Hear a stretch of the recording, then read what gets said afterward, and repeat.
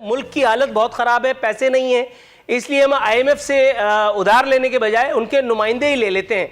लेकिन इन हालात में इकोनॉमी आपकी बिल्कुल जो थी आपकी 0 मीटर पे जा चुकी नहीं, लेकिन ऐसी जो सूरत-ए-हाल आप बता रही हैं, अब तो मैं रो ही पड़ूंगा। जितने आपने खौफनाक नक्शा खींचा है, उसी जिसको कहते हैं इसी पादाश में आपने ये 50 वजीरों का जिसको कहते हैं बोझ हुकूमत, जो कोरोना के नाम पर पहले अगियार से बैनुल-अक़वामी इमदाद खैरात वसूल करते नहीं थकती और उसके बाद लोगों को दर्स व तदरीस करते नहीं थकती, यानी अब हमारे टेलीफोन्स पर भी कमबख्त वो टून ऐसी लगा दी गई है कि किसी अल्लाह मारे को फ़ोन करो तो पहले वो जिस खातून की आवाज़ आती है, मुझे तो उस खातून की तलाश है, कहीं से मिल जाए वो। बहुत सारे लोग जो मुझे ज़ाती हैसियत में जानते हैं, उनमें से किसी की नानी की तबीयत ख़राब हो जाती है, किसी के चचा का इंतकाल हो जाता है, किसी को कोई गांव में काम पड़ जाता है, तो मैं इसलिए ज़ाहिर है कि अब गिने चुने मेहमान हैं, लेकिन फिर भी मैं आपका एक मरतबा फिर मशकूर हूँ।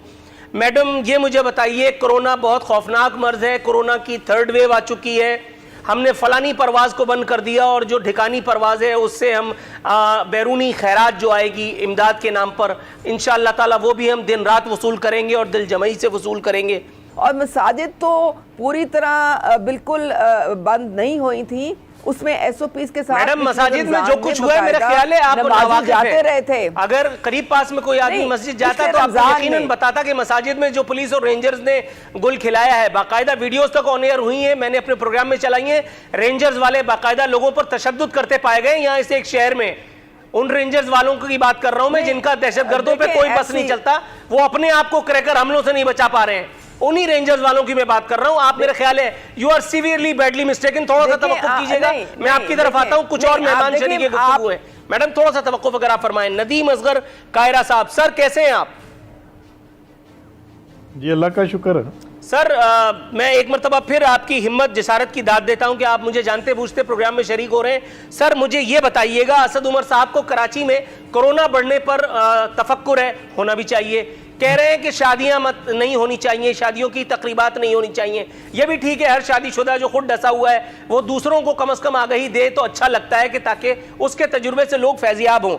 लेकिन इन हालात में इकोनॉमी आपकी बिल्कुल जो थी आपकी 0 मीटर पे जा चुकी नहीं, लेकिन ऐसी जो सूरत-ए-हाल आप बता रही हैं, अब तो मैं रो ही पड़ूंगा। जितने आपने खौफनाक नक्शा खींचा है, उसी जिसको कहते हैं इसी पादाश में आपने ये 50 वजीरों का जिसको कहते हैं बोझ इस कौम पर लाद दिया है। वो वजीर उस वक्त हॉलैंड का था या अल्लाह मारा पता नहीं कौन था, वो मोटरसाइकिल पे जाता था या साइकिल पे जाता था, उसके बाद फिर हमारा वाला जो है वो हेलीकॉप्टर पे जाने लगा। ये आपने इसी जुर्म में हम लोगों को ये सजा दी है।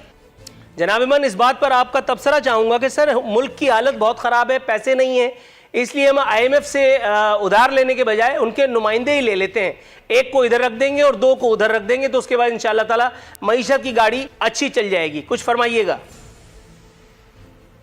हाँ बिल्कुल, उन्होंने बजा फरमाया आपने, और आपकी बात में बड़ा वज़न है कि IMF के नुमाइंदे जब आ जाएंगे तो जिस तरह गवर्नमेंट के नुमाइंदे आगे से जवाब दे रहे हैं वो भी बड़े काबिल गौर हैं। वो कह रहे हैं कि जब हम आए थे तो कर्ज़ों में डूबा हुआ था, तो हमने 35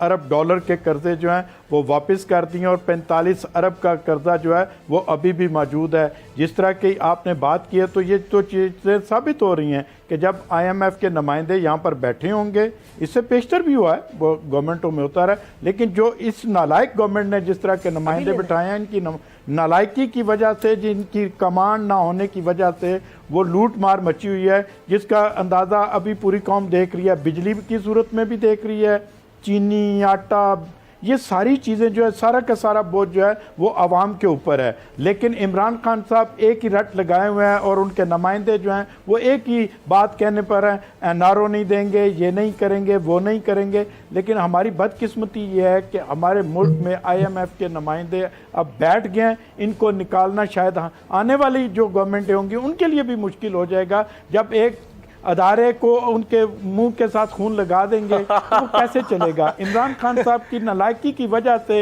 ये सारा काम चल रहा है। वो मोटरसाइकिल, वो साइकिल, वो जो जिस तरह आप पहले कह रहे थे, वो सारी की सारी चीज़ें चली गई हैं। 45 किलोमीटर जो है वो जी तेल पड़ता है, इस तरह की ये जो आज तक आप नूरुल आरिफीन साहब इस गवर्नमेंट के 106 107 यू टर्न है, जो बात आज तक उन्होंने की हो।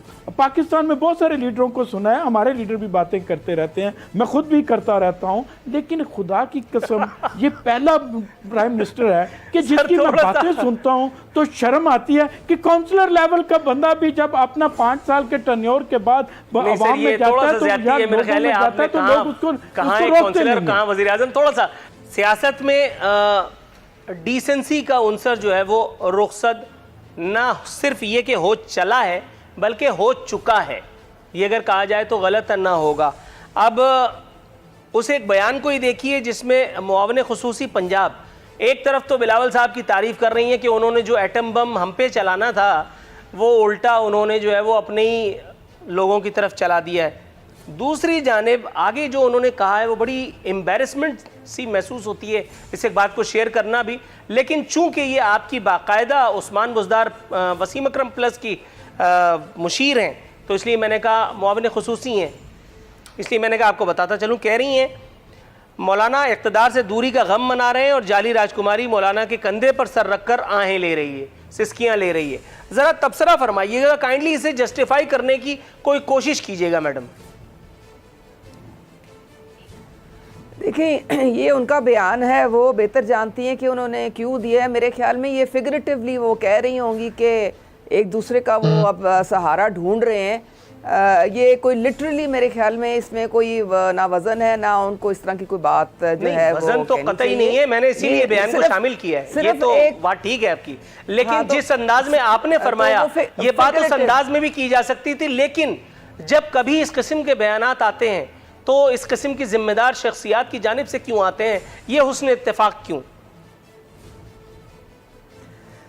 देखें ऐसी बात जो है मैं तो समझती हूँ कि हर एक की रिस्पेक्ट, हमारे जो सियासी तौर पे इख्तलाफात हैं वो अपनी जगह हैं, लेकिन जहाँ पे एक दूसरे की इज़्ज़त का सवाल है तो वो लाजिम करनी चाहिए। कोई ऐसी बात नहीं करनी चाहिए जो कि इनडिसेंट जिसके ज़ुमरे में वो आए। तो मेरे ख्याल में उनका मतलब सिर्फ फिगरेटिव यहाँ पे है और इसके अलावा कुछ नहीं है। दूसरे ये पीडीएम के मुतालिक थोड़ा सा मुझे भी इजाज़त दें तो मैं 2 बातें कर लूँ।